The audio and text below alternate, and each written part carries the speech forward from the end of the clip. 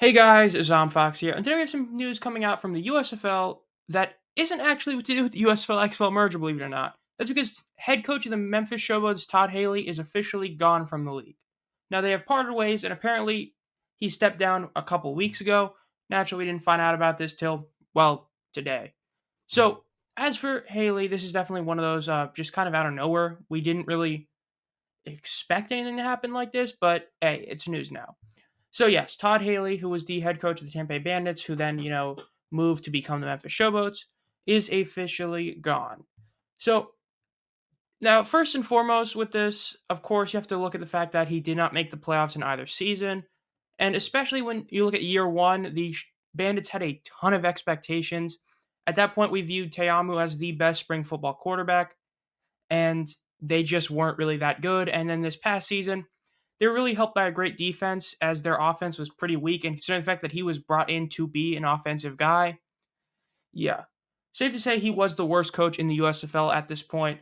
Guys who you expect to be worse, like Curtis Johnson, who had no real experience, like in that level, some would say, compared to Haley, was a far better coach for the Gamblers. And so, really, Haley was the weakest coach in the USFL. So, him being the one who parts ways with the league is honestly a good thing, if anything, as it's showing that they want to keep the highest of highs in terms of coaches. If we're saying that the USFL, quietly told him to leave, which a lot of people expect they did with like Kirby Wilson last year. So, with him gone, the big question is who's he going to be replaced by? Well, the number one guy that there's already thoughts that is going to be replacing him is going to be Carnell Lake.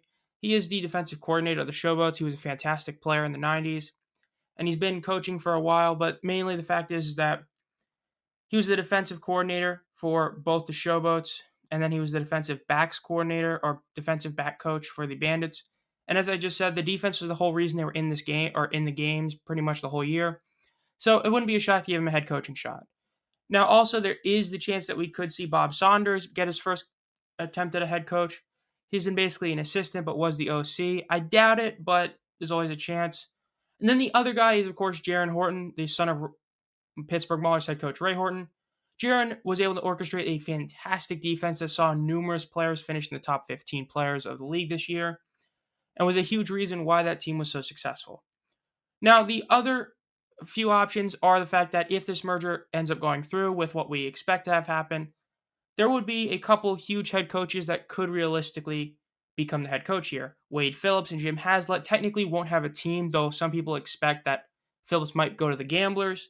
We don't know that for sure, but Haslett or Phillips being able to become the head coach of the Showboats could be a huge advantage for that team, but we don't know for sure. So that's pretty much where we're at right now. This is, the first pure USFL news we've heard in a while, and so this is a pretty big deal. As I said, I think this is overall a good thing.